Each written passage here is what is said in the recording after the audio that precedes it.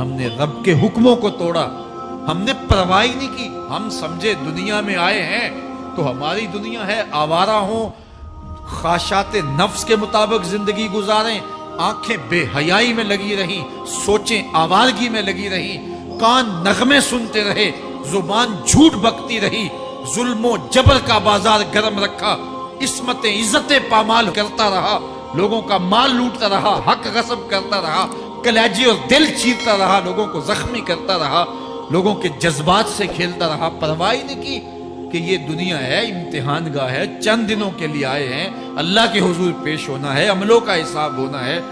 اب جب وہ دیکھیں گے کہ ہمارے ساتھ کیا ہونے والا ہے تو ان کے چہرے پہلے بگڑ جائیں گے۔ کیوں؟ وہ گمان کریں گے کہ ان کی ریڑھ کی ہڈی توڑ دی جائے گی۔ ایسے عذاب آئیں گے جس طرح کسی کی ریڑھ کی ہڈی ٹوٹ جائے تو اس کا چہرہ شگفتہ گلاب تو نہیں ہوتا، اس کا چہرہ جو ہے وہ تو کس قدر مرجھایا ہوا ہوتا ہے۔ تو اللہ ارشاد فرماتا ہے اس طرح ان کے چہرے ہوں گے۔ ابھی عذاب آیا نہیں ہے لیکن چہرے پہلے اترے ہوئے ہوں گے، اور جب عذاب کی بھٹی میں ڈالے جائیں گے، اللہ اکبر، اور وہ سخت عذاب، حضور نے جبریل امین سے پوچھا مجھے جہنم کے عذابوں کا ذکر سناؤ۔ عرض کی حضور سب سے ہلکی عذاب کی کہانی سناتا ہوں، اور وہ یہ کہ جہنمی کے پاؤں میں آگ کا جوتا رکھا جائے گا، باقی پورا بدن اس کا سلامت ہوگا۔ یہ سب سے ہلکی عذاب کی کیفیت ہے۔ اب پاؤں میں آگ کا جوتا ہوگا، حدت، گرمی، شدت اتنی ہوگی کہ دماغ پگھل کے ناک اور کانوں کے راستے سے باہر آ جائے گا۔ پاؤں میں رکھے ہوئے جوتے کی گرمی دماغ کو ایسے چڑھے گی کہ وہ پگھل جائے گا اور ناک اور کانوں کے راستے سے باہر آ جائے گا۔ تو اللہ کے عذاب کے خوف سے چہرے بگڑ جائیں گے، حالت سلامت نہیں رہے گی۔ یہ بات ذہن میں رکھیں کہ اللہ جس کو جہنم میں ڈالے گا اس کو اس صورت میں نہیں ڈالے گا، یہ محمدی صورت ہے، یہ شکل اس کی چھین لی جائے گی اور اس کی شکل بڑی کر دی جائے گی۔ اس کا ایک ایک دانت احد پہاڑ جتنا ہوگا۔ احد پہاڑ کا پھیلاؤ 15 کلومیٹر پہ ہے، 15 کلومیٹر کا ایک دانت اور 32 دانت کتنے ہوں گے تو منہ کتنا بڑا ہوگا۔ اس کو اتنا بڑا اس لیے کیا جائے گا تاکہ وہ عذاب کی تکلیف زیادہ سہے۔ 70 گز موٹی کھال ہوگی اور کھال جل جائے گی تو اللہ قرآن میں فرماتا ہے ہم نئی کھال دے دیں گے تاکہ عذاب کی تکلیف اس کو گوارا کرنی پڑے۔ پھر چیخے گا، چلائے گا، ہائے مجھے پانی دو، پانی دو، پیاس کی شدت ہے۔ 70 سال تک تو اس کی کوئی آواز ہی نہیں سنے گا۔ 70 سال کے بعد داروغہ جہنم چیخ کر کہے گا کیا مانگتا ہے؟ وہ بولے گا مجھے پانی چاہیے۔ کہا جائے گا تو بے بھی ملتا ہے پانی۔ پھر داروغہ جہنم اسے پانی دے گا، کوکا کولا کی بوتل دے گا یا پیپسی تھما دے گا یا منرل واٹر کی بوتل دے گا؟ نہیں، قرآن بتاتا ہے اسے مائے حمیم دیا جائے گا، کھولتا ہوا پانی، اور وہ اتنا گرم ہوگا جب پینے کے لیے چہرے کے قریب کرے گا اس سے اٹھتی ہوئی بھاپ کی وجہ سے چہرے کی کھال ادھڑ کے اس کے اندر گر پڑے گی، لیکن اس کے باوجود اس کو پینا پڑے گا۔ اللہ فرماتا ہے یہ دنیا ہی سب کچھ نہیں ہے، سمجھ لیا یہی سب کچھ ہے، آخرت کو بھول گئے، صبح اٹھے کام پہ چلے گئے، شام آئے آوارگی میں چلے گئے، صدائیں آتی رہیں حی علی الصلاح حی علی الفلاح، کوئی پرواہ نہیں کی، نہ پیشانیوں نے سجدے کیے، نہ سوچوں میں پاکیزگی آئی، زندگی یوں گزار کے چلے گئے۔ ایسے نہیں، کہا ایک وہ ہوں گے جن کے چہرے شگفتہ گلاب ہوں گے، ایک وہ ہوں گے جن کے چہرے بگڑے ہوئے ہوں گے۔ اللہ اکبر، کلا اذا بلغت التراقی، یہ تو قیامت کا منظر ہے نا، قیامت سے قبل بھی ایک منظر ہے، اللہ اس منظر کو بھی بیان کر رہا ہے، کلا اذا بلغت التراقی، ہاں جب جان گلے کو پہنچ جائے گی۔ اے انسان تیرے اوپر وہ گھڑی بھی آنے والی ہے، وہ وقت بھی آنے والا ہے جب سانس اس ہنسلی میں اٹک جائے گا، جب سینے سے بھی سانس اوپر چلی گئی،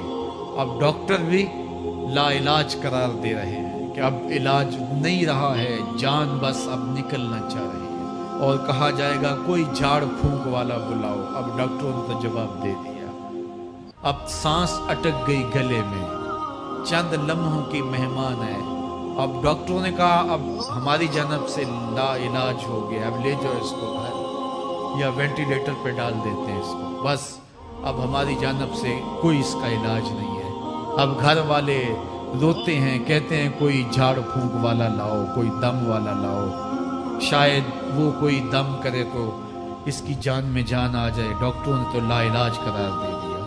وَظَنَّ عَنَّهُ الْفِرَاقُ، اللہ فرماتا ہے یہ تو جھاڑ پھونک والے کو ڈھونڈ رہے ہیں، لیکن جس کی سانس یہاں اٹکی ہے وہ سمجھ گیا ہے اب موت آ گئی ہے، اس کو یقین ہو گیا ہے کہ اب موت کے لمحے آ گئے ہیں، اب میں بچ نہیں پاؤں گا۔ اب آنکھیں تاڑے لگی ہوئی ہیں۔ وَالْتَفَّتِ السَّاقُ بِالسَّاقِ، پنڈلی پہ پنڈلی چڑھ رہی ہے۔ جب موت آ جاتی ہے تو پھر پنڈلی سے پنڈلی لپٹ جاتی ہے، اس کو پھر جدا کرتے ہیں اور جدا کر کے دونوں انگوٹھے باندھ دیتے ہیں تاکہ پنڈلی کے اوپر پنڈلی نہ چڑھے۔ اللہ وہ منظر بیان کرتا ہے، صاحب یہ وقت آنے والا ہے جب دونوں انگوٹھے باندھ دیے جائیں گے، جب ناک میں روئی ٹھونس دی جائے گی، جب چٹے لباس میں کفن دیا جائے گا، جب غسال کے سامنے بے بس پڑے ہوں گے، وہ چاہے یہ بازو اٹھائے چاہے یہ بازو اٹھائے، گرم پانی ڈالے یا سرد پانی ڈالے، جب بس پڑے ہوئے ہوں گے جو ہے وہ غسل دینے والوں کے، اور ناک میں روئی ہوگی اور دونوں انگوٹھے آپس میں بندھے ہوں گے، یہ محل، یہ ماڑی، یہ کوٹھیاں، یہ بنگلے جس کو سویر شام لگ کے حلال حرام کی تمیز کیے بغیر بنایا تھا، غوث اعظم رضی اللہ تعالیٰ عنہ بولے مکان بنا رہا ہے، بسیں گے اور حساب تو جا کے دے گا، اور یہ تو ایک رات بھی تجھے اس گھر کے اندر نہیں رکھیں گے کہ چلو ایک رات مہمان رکھ لیں۔ کہتے ہیں نہیں نہیں، مہمانوں نے بھی جانا ہے تو جلدی کرو، اس کو سپرد کراؤ، وہ تو تیرا لباس بھی پھاڑ کے اتاریں گے، خود غسل دینے کے لیے تیار بھی نہیں ہے، تجھ سے خوف آنے لگا ہے، جاندی واری ڈرونا بنے ہوتے، ہاتھ نہ لاندے ڈر دے، جنہ لئی تو پاپ کمائے اج کتھے نہیں تیرے کر دے۔ آج تو وہ تیرے ساتھ تجھے غسل دینے کے لیے آمادہ نہیں ہے۔ وَالْتَفَّتِ السَّاقُ بِالسَّاقِ، جب پنڈلی پہ پنڈلی چڑھنے لگ جائے گی، إِلَىٰ رَبِّكَ يَوْمَئِذٍ الْمَسَاقُ، اس دن تیرے رب کی طرف ہی لوٹ کے جانا ہے۔ فَلَا صَدَّقَ وَلَا صَلَّىٰ، اس نے نہ تو سچ مانا اور نہ نماز پڑھی، وَلَٰكِنْ كَذَّبَ وَتَوَلَّىٰ، ہاں جھٹلایا اور منہ پھیر کے چل پڑا۔